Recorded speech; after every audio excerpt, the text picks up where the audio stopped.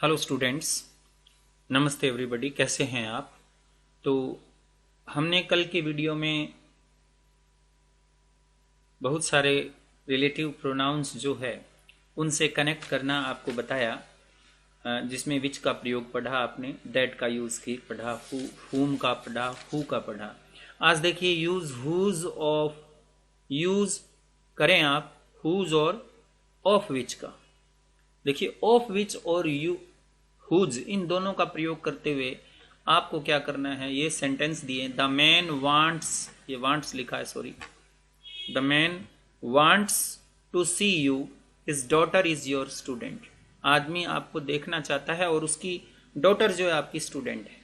Okay, तो कैसे करेंगे, कैसे जोड़ेंगे इसको, थोड़ा सा देखिए। आपको ध्यान से देखेंगे तो आपको पता चलेगा कि इसको हम जोड़ेंगे कैसे। इसको जोड़ेंगे द मैन। द मैन तो यहां बिल्कुल सही है। ये देखिए द मैन आदमी के लिए, हुज किसके लिए आता है? आदमी के लिए आता है, आपको पता ही है। अच्छा, अब क्या आता है? His daughter.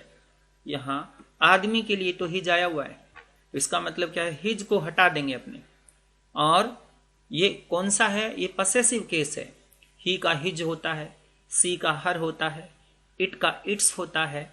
मैं यहां नीचे लिख देता हूं, यानी ही के लिए हिज होता है, ठीक है ना, और सी के लिए हर होता है, इट के लिए इट्स होता है, और यू के लिए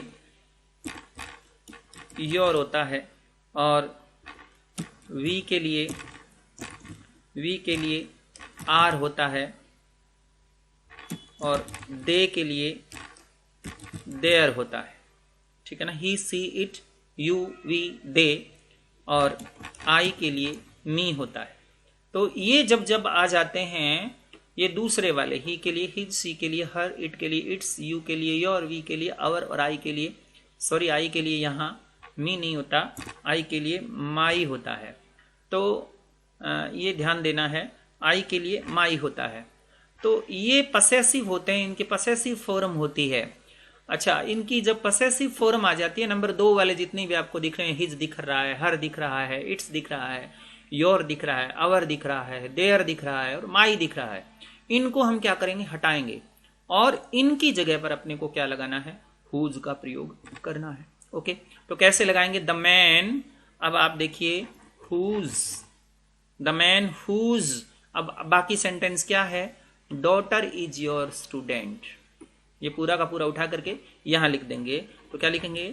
डॉटर इज योर स्टूडेंट, ठीक है ना, whose daughter is your student.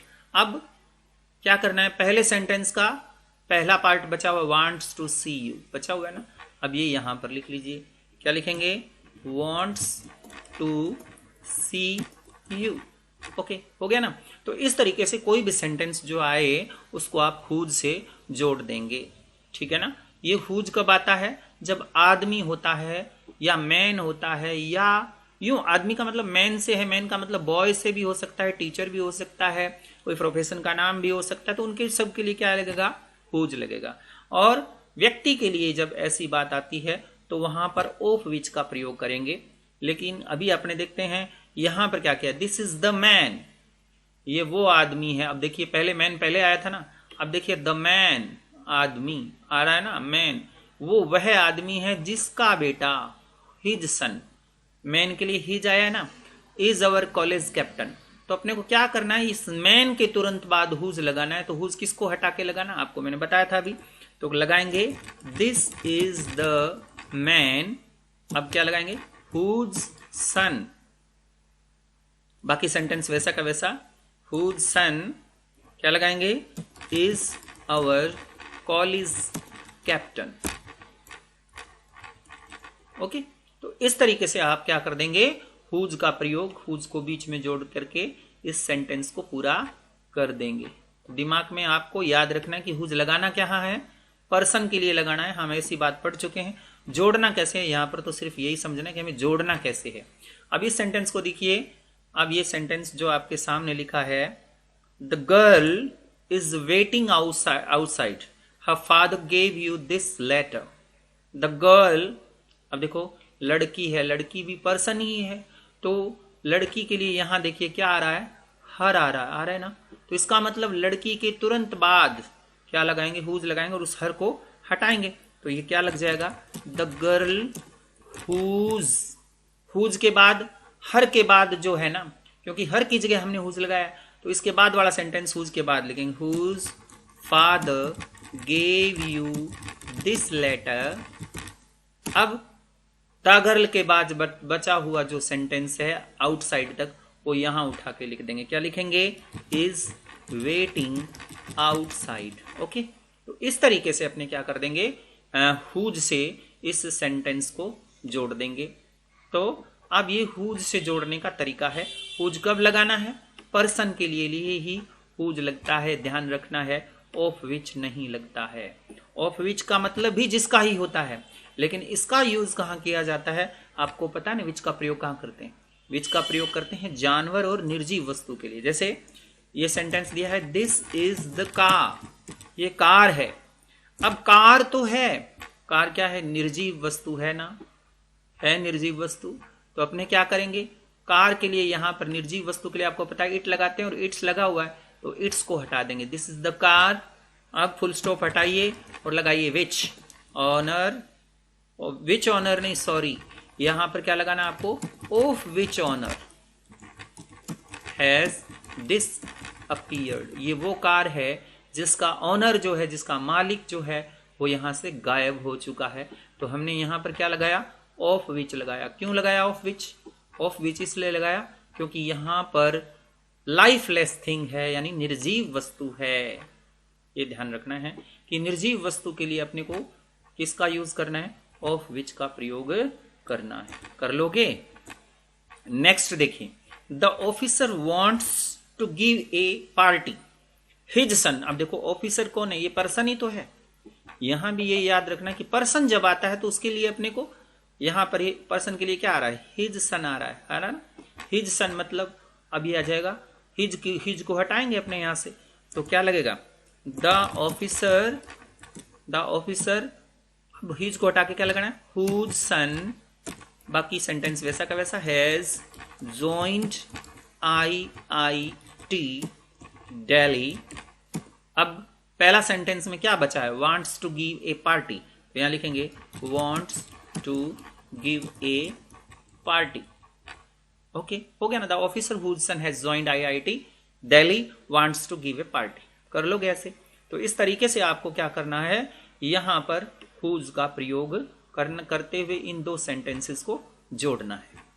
इस तरीके से आपको जो +2 वाले बच्चे हैं वो ध्यान दें, आपके सिलेबस में ये पूरा का पूरा है, तो ऑफ विच का प्रयोग करते हुए इनको जोड़ना है।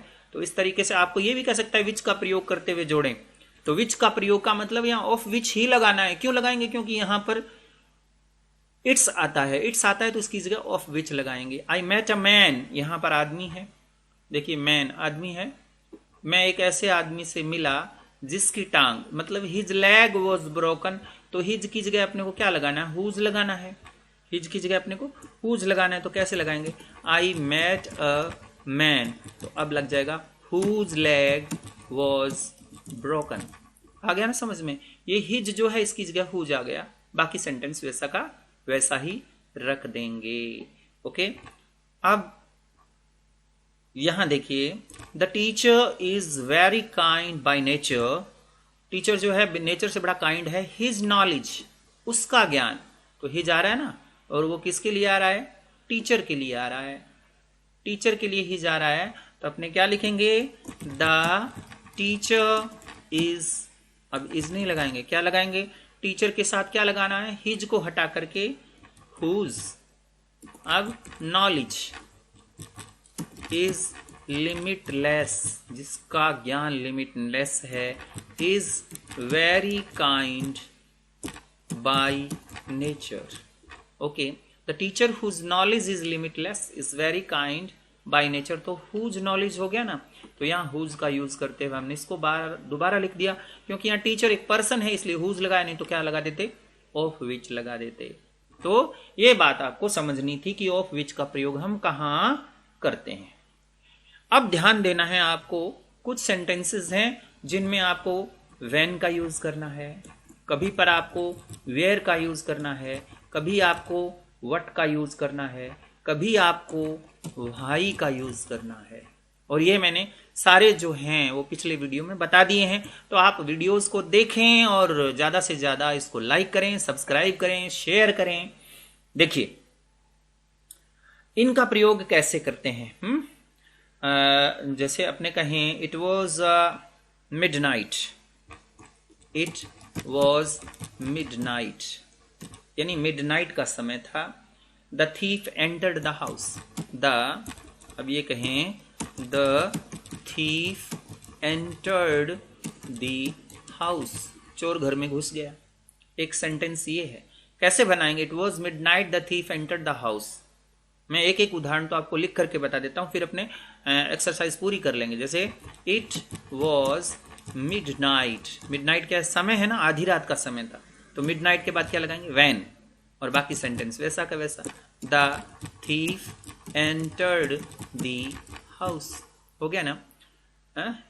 The thief entered the house. तो इस तरीके से अपने क्या लगाया? बीच में वैन लगा दी। और वैन कहां लगाना है? समय के तुरंत बाद वैन लग जाता है। ओके, इस तरीके से आपको वैन का यूज करना है। अब मैं वेयर का यूज बताता हूं। जैसे अपने कहें कि the house is very big, the house is very big, the house is very big, एक सेंटेंस। दूसरा सेंटेंस है आई am studying, I am studying, ठीक है ना। The house is very big, I am studying, the house is very big, I am studying. तो कैसे लगाएंगे? देखिए the house is very big. अब वो हाउस जिसमें मैं पढ़ता था, जहां मैं पढ़ता था, वो बड़ा बड़ा है। द हाउस जहां मैं पढ़ता था, तो दी हाउस के लिए अपने को क्या लगाना है? वेयर लगाना है। तो क्या लगाएंगे? The house where. द हाउस के तुरंत बाद क्या लगा? जगह के नाम के तुरंत बाद, जगह का नाम क्या? हाउस, ये जगह का नाम है ना। तो द हाउस, उसके तुरंत बाद हमने क्या लगा दिया? वेयर लगा दिया। द हाउस वेयर, ठीक है ना। द हाउस वेयर, तो अपने वेयर लगा दिया। द हाउस वेयर क्या था? The house where I am studying. क्या लगाएंगे? I am studying, I am studying. अब बाकी सेंटेंस बच गया इज वेरी बिग। ओके, इस तरीके से आपको ये करना है, ध्यान से। अरे यार वो तो बंद में लाग गया, तुम्हें तो रिकॉर्ड ही को नहीं हुई। देखिए अपने बात करेंगे when, where, what and why की। तो इनका यूज हम कहां करते हैं इसके बारे में आपको बताना है। व्हेन का प्रयोग कहां करते हैं, वेयर का प्रयोग कहां करते हैं, व्हाट का प्रयोग कहां करते हैं, व्हाई का कहां करते हैं, आपको इनका प्रयोग मैं उदाहरण से बता रहा हूं। अब देखिए ध्यान से, when, where, what and why ये दिए हुए हैं। अब इनमें से जो प्रॉपर हो उनका प्रयोग करते हुए आपको इन वाक्यों को जोड़ना है। अब मैं बता देता हूं, व्हेन का प्रयोग करते हैं समय बताने के लिए, यानी जब टाइम आ जाए तो उसके तुरंत बाद व्हेन लगाना है। वेयर का प्रयोग करते हैं अपने स्थान बताने के लिए, मतलब जब स्थान का नाम आ जाए उसके तुरंत बाद वेयर लगाएंगे। और व्हाट का प्रयोग करते हैं अपने अज्ञात वस्तु के बारे में बताने के लिए या अज्ञात कथन के बारे में बताने के लिए, तो उसके तुरंत बाद व्हाट लगाएंगे। और व्हाई का प्रयोग अपने कारण बताने के लिए प्रयोग करते हैं, जहां रीजन आ जाए तो वहां व्हाई लगा देना है। ओके, तो देखते हैं अपने सेंटेंसेस को देखते हैं। यह है बिफोर 1990, यानी 1990 से पहले, I lived in A town, मैं एक शहर में रहता था। माई फादर लिव्ड देयर, मेरे पिताजी वहां रहते थे। कहां रहते थे? टाउन में। तो यहां जो शब्द आ रहा है ना, देयर, देयर माने वहां रहते थे, देयर मीन्स वहां रहते थे।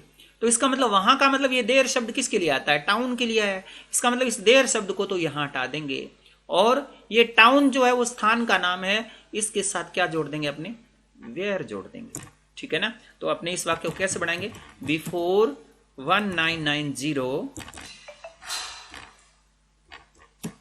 I lived in a town.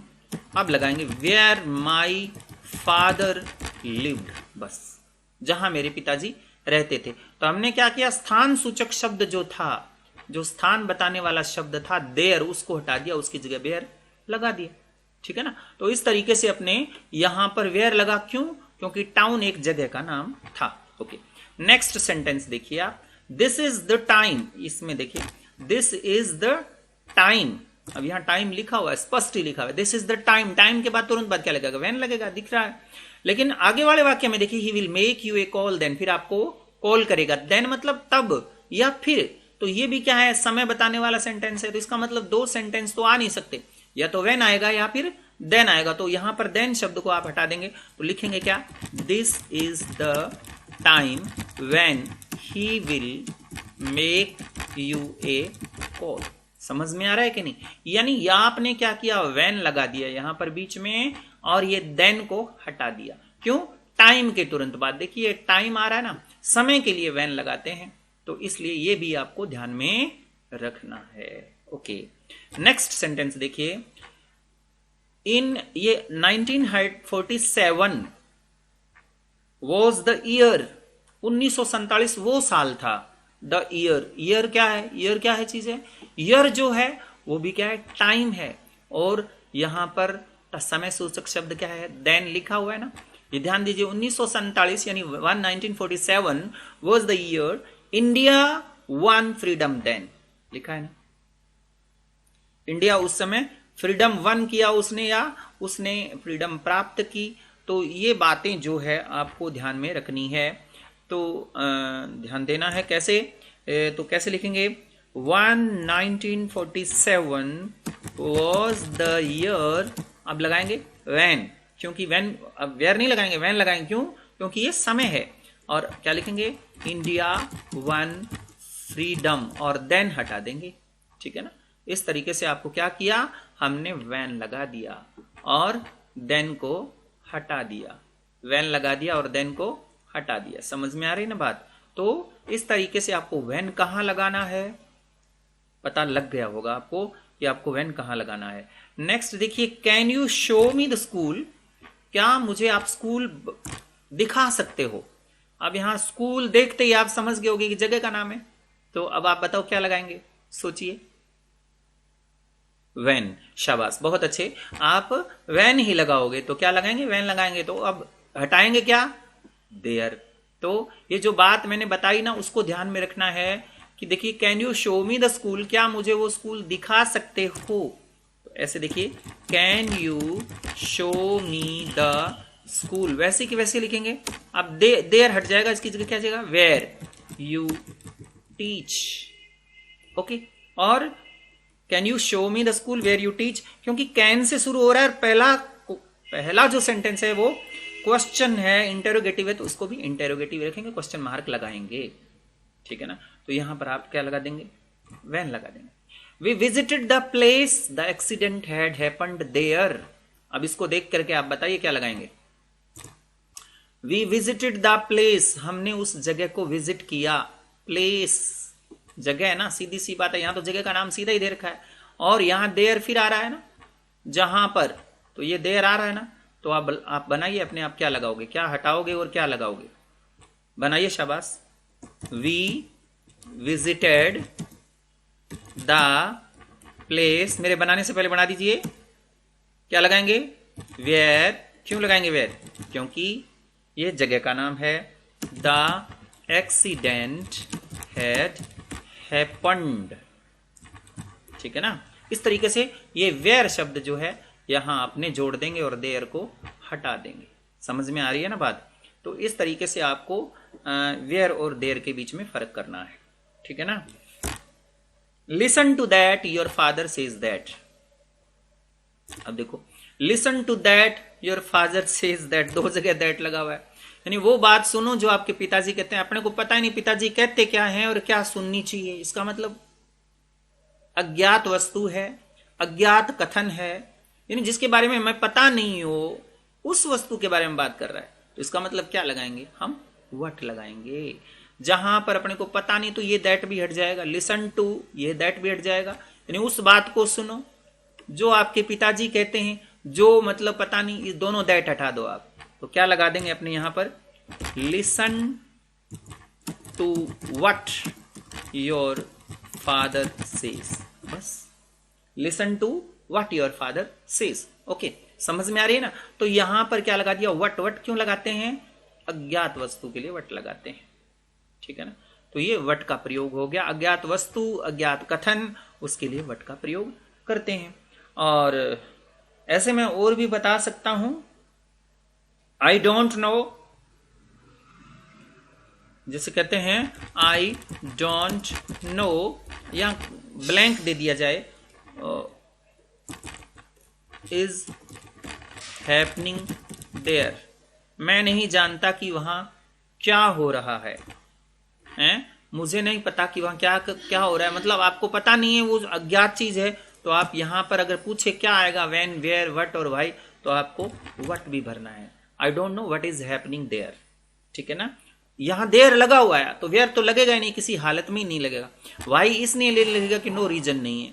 When इसलिए नहीं लगेगा कि इससे पहले समय नहीं है। तो आपको सीधी सी बात है, एक एक पर जब ये चार ऑप्शन दिए हो ना, तो एक एक पर सोचो। व्हेन क्यों नहीं लगेगा, क्योंकि पहले टाइम नहीं है। वेयर क्यों नहीं लगेगा, क्योंकि पहले जगह नहीं है। व्हाई क्यों नहीं लगेगा, क्योंकि पहले रीजन नहीं लिखा हुआ। व्हाट लगेगा, क्यों लगेगा, क्योंकि यही शेष बचा है। तो ये भी ध्यान में रखना है। कई बार अपने को समझ में आई हुई बात होती है ना, तो एक एक चीज पर विचार कर लेना चाहिए। We remember the day we first met then, मुझे वो दिन याद है जिस दिन हम पहली बार मिले थे। तो कैसे याद करेंगे, we remember the day, day, day के लिए आप बता दीजिए क्या आएगा, हैं? We first met. अब आप बताइए इसको हटाएं या नहीं, इसको हटाएं कि नहीं, देन को हटा दीजिए, ये मैंने बता दिया। तो बीच में क्या लगाएंगे आप बताइए, बताइए। डे, डे क्या है, समय है, तो क्या लगाएंगे, when, when we first met. तो we remember the day when we first met. तो व्हेन का प्रयोग समझ में आ गया, वेयर का आ गया, व्हाट का आ गया। अब रह गया क्या, वाई रह गया। तो वाई के लिए आप देखिए इस तरीके का वाक्य आता है, दिस इज द रीजन, ये वो रीजन है, आई कॉल्ड यू, ये वो रीजन है, मैंने आपको पुकारा। तो अब यहां पर रीजन शब्द आ रहा है ना, जब रीजन शब्द आ जाए तो आपको क्या लगाना है, वाई।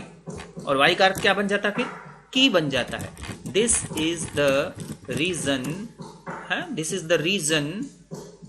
अब वाई आई कोल्ड यू हो गया ना, this is the reason why I called you. तो यहां पर वाई का प्रयोग कर देंगे। तो इस तरीके से आपको क्या करना है, when, where, what and why का यूज करते हैं। ओके, तो इनको बहुत अच्छे तरीके से आपको समझना है। अब मैं बात करता हूं नॉन डिफाइनिंग क्लासेस की। और नॉन डिफाइनिंग क्लासेस में, नॉन डिफाइनिंग क्लासेस की जब बात करूं तो कुछ बातें हैं उस पर विचार करते हैं कि नॉन डिफाइनिंग क्लासेस, मैंने बताया था ना नॉन डिफाइनिंग क्लासेस कौन सा होता है। एक बार रिपीट कर देता हूं कि नॉन डिफाइनिंग क्लासेस होता कौन सा है। नॉन डिफाइनिंग क्लासेस होते कौन से हैं, ऐसे क्लासेस जहां पर कोमा के अंदर कोई कोमा लगा हुआ होता है। कहने का मतलब उसमें कोमा लगा हुआ था। माई ब्रदर गणेश, जैसे ये लिखा ना, माई ब्रदर गणेश, ऐसे माई ब्रदर गणेश, और यहां कोमा लगा करके फिर हु लगाएं, my brother Ganesh who lives in London. अब फिर कोमा लगा दो, इज अ डॉक्टर। अब देखिए, my brother Ganesh who lives in London, जो ये सेंटेंस है ना, हु लिव्स इन लंदन, यानी सबऑर्डिनेट क्लोज जो है उसको हमने कोमा के बीच में रख दिया, इधर भी कोमा और इधर भी कोमा। तो ये कहलाता है नॉन डिफाइनिंग क्लास। यानी मेरा भाई गणेश है, इकलौता भाई गणेश है, जो अब इकलौता नहीं है, मेरा भाई जो गणेश है ना वो लंदन में रहता है, वो डॉक्टर है। ये इसका मतलब ये है। अगर ये कोमा ना लगाता तो क्या लगाता, ये होता my brother Ganesh who lives in London is a doctor. अब ये क्या है, कोमा नहीं लगाया इसने, सीधा ही लगा दिया हु लिव्स इन लंदन, बिना कोमा के ना। तो ऊपर वाला तो है नॉन डिफाइनिंग, ये है डिफाइनिंग। डिफाइनिंग का मतलब ये कह रहा है मेरा भाई जो गणेश है ना, एक ही भाई है, मतलब इसका मतलब ये कि गणेश मेरा जो भाई है वो एक ही है, वो लंदन में रहता है, वो डॉक्टर है। और इसका मतलब मेरा भाई जो गणेश है वो लंदन में रहता है, उसके अलावा दूसरे भी भाई हैं लेकिन वो लंदन में नहीं रहते हैं। तो इसका मतलब जो नॉन डिफाइनिंग क्लॉजेज है वो क्या है, अतिरिक्त अर्थ निकालता है, और डिफाइनिंग जो होते हैं वो अतिरिक्त अर्थ नहीं निकालते, उनका एक ही अर्थ निकलता है। तो नॉन डिफाइनिंग क्लॉजेज में फर्क क्या है कि नॉन डिफाइनिंग क्लॉजेज में दैट कभी नहीं लगाते। जो कोमा वाले वाक्य होते हैं ना, याद रखना, कोमा वाले जो सेंटेंसेस होते हैं उसमें दैट कभी नहीं लगाएंगे, बाकी सारे लगेंगे, ठीक है ना। दैट कभी नहीं लगाएंगे, बाकी सारे लगेंगे। देखिए कुछ क्लॉजेज, अब ये कह रहा है कि ये कुछ सेंटेंसेस दिए हुए हैं, आपको क्या करना है, इनको प्रॉपर रिलेटिव प्रोनाउन जोड़ते हुए, प्रॉपर रिलेटिव प्रोनाउन, अब आपको रिलेटिव प्रोनाउन दिया हुआ नहीं है, आपको खुद को पता लगाना कि यहां लगेगा क्या, ठीक है ना। हु लगेगा, हुम लगेगा, हुज लगेगा, वट लगेगा, वाई लगेगा, दैट लगेगा, मतलब जो लगेगा उसको लगा करके आपको जोड़ना है, आपको दिया कुछ नहीं है, बस ये ध्यान में रखना है। तो देखिए पहला sentence, I met Meera her friends like dogs, मैं मीरा से मिला, उसके मित्र डॉग्स को पसंद करते हैं। अब यहां पर आया हुआ है हर, मैं आपको हिंट दे देता हूं, यहां पर आया हुआ है हर, तो आप बताइए क्या लगेगा। और यहां पर आया हुआ है मीरा, मीरा एक पर्सन है, तो पर्सन है तो इसका मतलब या तो हु लगेगा या हुज लगेगा या हुम लगेगा। अब आप बताइए क्या लगेगा, तो क्या लगेगा, आई मेट मीरा, अब लगेगा हुज, क्योंकि अपने को क्या करना है, हर को हटाना है, उसकी जगह हु, जिसके मित्र friends like dogs, like dogs हैं। I met Meera whose friends like dogs, ये मीरा जो है उसके मित्र, हर, मीरा लड़की, उसके लिए हर आ गया, तो अपने क्या लगा दिया, हुज लगा दिया। तो आपको पता है ना हुज लगाते कहाँ है, आपने अभी पढ़ा है थोड़ी देर पहले, तो उसको ध्यान में रखना है कि लगाना क्या है। अभी सेंटेंस को देखिए, आई मेट डोली, मैं डोली से मिला, her request was for a sweet song, उसकी रिक्वेस्ट क्या थी कि एक मीठा गाना गाओ, और यहां पर डोली है, डोली एक लड़की का नाम है, ठीक है ना। तो अब आप बताइए यहां क्या लगेगा, ये आप कर ही लोगे। तो आई मेट डोली, अब आपको बताना है क्या लगेगा, ये लगेगा हुज रिक्वेस्ट, जिसकी रिक्वेस्ट, ठीक है ना, was for a sweet song, जिसकी रिक्वेस्ट क्या थी, स्वीट सॉन्ग के लिए थी। तो इसका मतलब इस तरीके से अपने यहां पर हुज लगा दिया, और वो किसको हटा करके लगाया, हर को हटा करके लगाया। तो आपको ध्यान रखना है, इस तरीके से हम क्या करते हैं, इनका यूज कर देते हैं, ठीक है। अब देखिए आगे वाला सेंटेंस, आगे वाला सेंटेंस है आई सा सोहन, अब यहां भी क्या है, व्यक्ति का ही नाम है, सोहन व्यक्ति का नाम है ना। अब देखिए सोहन व्यक्ति का नाम है, और आगे वाला क्या दिया है, सब्जेक्ट की जगह पर दिया है ही, सब्जेक्ट की जगह पर याद रखें, हु लगेगा कि हुम लगेगा कि हुज लगेगा। तो सब्जेक्ट की जगह पर आपको मैंने बताया था कि क्या लगता है, हु लगता है हमेशा, तो क्या लगाएंगे, आई सा सोहन, अब हु को ही को हटा देंगे तो क्या लग जाएगा, who was a bus conductor. Okay, तो इस तरीके से अपने को बिना बताए हु, हुज, हुम का प्रयोग हमने कर दिया ना। तो ये ही को हटा करके हु लगा दिया और सोहन का सोहन रह गया, ठीक है ना। ऐसे अपने को करना है। दिस इज अनिल और लाइक हिम, अब ये अनिल है, अनिल क्या है, ये भी क्या चीज है, पर्सन है, और अनिल के लिए ऑल थोड़ी शब्द है, ऑल तो इसके लिए शब्द नहीं है, तो इसके लिए शब्द क्या है, हिम। हिम क्या है, ऑब्जेक्टिव केस है। तो अब यहां भी मैं बता देता हूं, देखो ये ही के लिए तो होता है हिम, और सी के लिए होता है हर, इट के लिए होता है इट, और यू के लिए होता है यू, और वी के लिए होता है अस, और दे के लिए होता है देम, और आई के लिए होता है मी। तो ये दूसरे वाले जितने भी शब्द मैंने लिखे, ही के लिए हिम, सी के लिए हर, इट के लिए इट, तो ये जब आ जाते हैं तो अपने उनकी जगह उनको हटा करके क्या लगाते हैं, हुम लगाते हैं। तो हिम को हटा करके क्या लगा देंगे, हुम।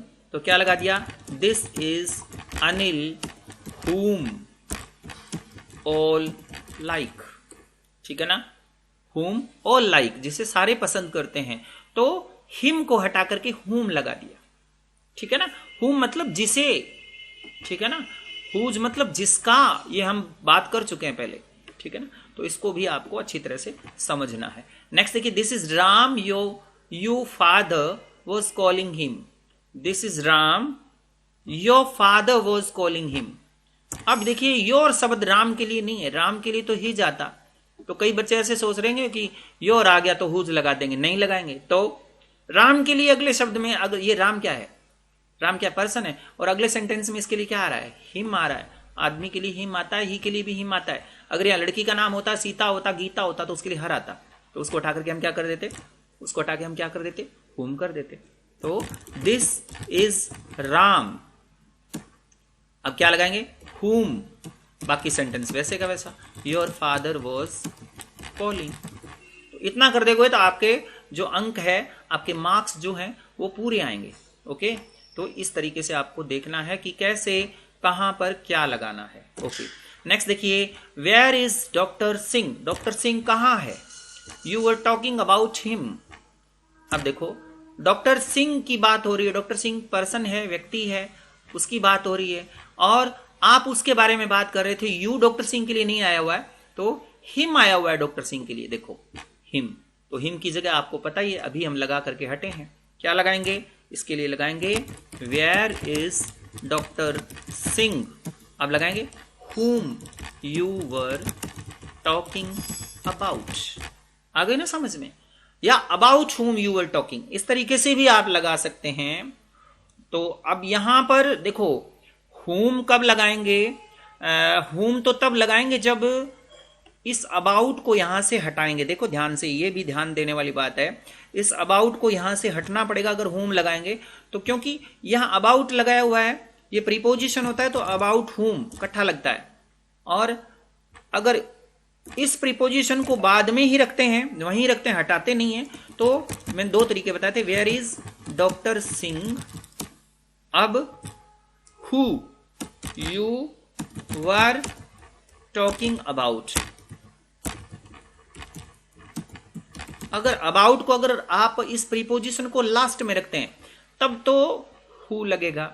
अगर विद प्रीपोजिशन आप पूरा का पूरा ये उठा लेते हैं, पूरा का पूरा उठाते हैं, तो क्या लगेगा, अबाउट हुम। अबाउट हिम की जगह अबाउट हुम हो जाएगा, बीच में बाकी सेंटेंस वैसा का वैसा रह जाएगा, नहीं तो हु लगेगा। ये आपको डिसाइड करना है कि अपने को प्रीपोजिशन कहां रखना है। प्रीपोजिशन वहां रखना है तो हुम लगेगा, लास्ट में रखना है तो, लास्ट में नहीं रखना है, सॉरी लास्ट में नहीं रखना है तो हु लगेगा। अगर लास्ट में रखना है तो फिर, लास्ट में रखना है तो अबाउट हु लगेगा, नहीं रखना है तो हुम लगेगा। ध्यान देना है ये दोनों सेंटेंस। देखो हमने क्या किया, लास्ट में नहीं रखा तो अबाउट हुम लगा दिया, नहीं रखा तो अबाउट हुम लगा दिया, और लास्ट में रख लिया तो हु लगा दिया। ये बस थोड़ा सा डिफरेंस है, इसको समझना है, ठीक है ना। तो ये भी आपको ध्यान में रखना है कि हु कैसे लगाएंगे, हुम कहां लगाएंगे। अब ये भी देख लीजिए, mother told stories of Hariram. Mother जो है हरिराम की स्टोरी बताया करती थी। Use to cheer his soldiers, वो अपने सोल्जर्स को खुश रखा करता था। तो कैसे, हरिराम के बारे में कहानी बताती थी। हरिराम कौन है, आदमी है, और उसके बारे में स्टोरी बताती थी। तो ही, हरिराम के लिए ही यूज हुआ है सब्जेक्ट की जगह, और सब्जेक्ट की जगह आप क्या लगाएंगे, हु लगाते हैं। तो क्या लगाएंगे, mother told stories of Hariram. अब लगाएंगे who used to cheer his soldiers, ठीक है ना। इस तरीके से आपने क्या किया, ही को हटा करके हु लगा दिया, किसकी जगह, ही की जगह, और यूज्ड वर्ब है तो वर्ब से पहले सब्जेक्ट की जगह खाली है, उधर सब्जेक्ट की जगह क्या लगता है, हु लगता है।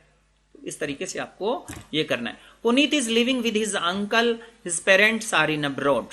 अब देखो पुनीत एक लड़का है, ठीक है ना, पर्सन है ये, और उसके पेरेंट्स, हिज पेरेंट्स, ये अपने आप करना आप है, तो आप अपने आप करके देखें। हिज की जगह हम क्या लगाते हैं आपको पता है, Puneet is living with his uncle, तो पुनीत के तुरंत बाद आप क्या लगाएंगे, ये भी मैं आपको इंडिकेशन देता हूं कि पुनीत के तुरंत बाद लगेगा पुनीत। अब हिज को हटाओ, whose parents are in abroad, दूसरा सेंटेंस लिखेंगे और फिर बाकी बचा हुआ sentence is living with his uncle. हमने क्या किया, हिज को हटा करके हुज लगा दिया ना। और ये पेरेंट्स आर इन अब्रोड ये पहले लिखेंगे और पहले वाला सेंटेंस बाद में लिखेंगे, ये भी आपको ध्यान में रखना है। Prachi is studying in Pune, Prachi जो है वो पुणे में पढ़ रही है, प्राची, और वो मेरी भतीजी है। तो प्राची लड़की है और वो मेरी भतीजी है, मतलब प्राची के लिए सी आ रहा है, सी आ रहा है ना सब्जेक्ट की जगह, तो सी को हटाएंगे है? तो कैसे लिखेंगे, प्राची हो गया, अब सी की जगह हु लगाओ और फिर इज माई नीस, वो मेरी भतीजी है। अब बाकी बचा हुआ सेंटेंस क्या, इज स्टडिंग इन पुणे, ठीक है ना, हो गया, वो पुणे में पढ़ रही है। प्राची मेरी भतीजी है, जो मेरी भतीजी है, तो हु के लिए यानी सी की जगह हु लगाया, बाकी सेंटेंस वैसा का वैसा, इज माई नीस लिखा, फिर पहले वाला सेंटेंस दोबारा लिख दिया। ओके, हो गया ना। तो इस तरीके से आपको हर सेंटेंस, हर प्रश्न का हल आपको दिमाग से करना है। The Taj Mahal was built by Shah Jahan, it is exquisitely beautiful, बहुत ज्यादा सुंदर है, एक्सक्विजिटली मतलब बहुत ज्यादा सुंदर है। तो दी ताजमहल, ताजमहल क्या है, वस्तु का नाम है किसी, वैसे तो जगह का नाम भी है, ये वैसे क्या है, ताजमहल वस्तु का नाम है, ये वस्तु की बात करेंगे, जगह नहीं बोलेंगे। ताजमहल तो आगरा जगह है, ताजमहल जगह नहीं है? तो ताजमहल और लाल किला ये जगह नहीं है, ये किसी फोर्ट का नाम है, तो इसके लिए इट का प्रयोग किया गया है, तो इसको अपने निर्जीव मानेंगे। तो क्या मानेंगे, दी ताजमहल। अब निर्जीव मानेंगे, ये बात मैंने आपको बता दी, तो इट की जगह क्या लगाएंगे, विच, और बाकी sentence is exquisitely beautiful was built by Shah Jahan, ठीक है ना। तो इस तरीके से हमने क्या किया, इस सेंटेंस को भी सॉल्व कर दिया। तो ओके, हमने देखा कि किस तरीके से हम रिलेटिव क्लॉजेज के अंदर रिलेटिव प्रोनाउन का प्रयोग करते हैं। इस तरीके से हमने आज रिलेटिव क्लॉजेज का प्रयोग किया। कल भी हम एक एक्सरसाइज करेंगे और उसके बाद कल एडवर्ब क्लॉजेस भी करेंगे, जिसके अंदर हम बताएंगे आपको कंडीशनल सेंटेंसेस क्या होते हैं, कंडीशनल कितने प्रकार की होती है, probable condition, improbable condition, possible condition, impossible condition, उसके बारे में हम चर्चा करेंगे और पूरा विस्तार से आपके साथ इसके बारे में बात करेंगे। बने रहिए हमारे चैनल के साथ। Thank you very much.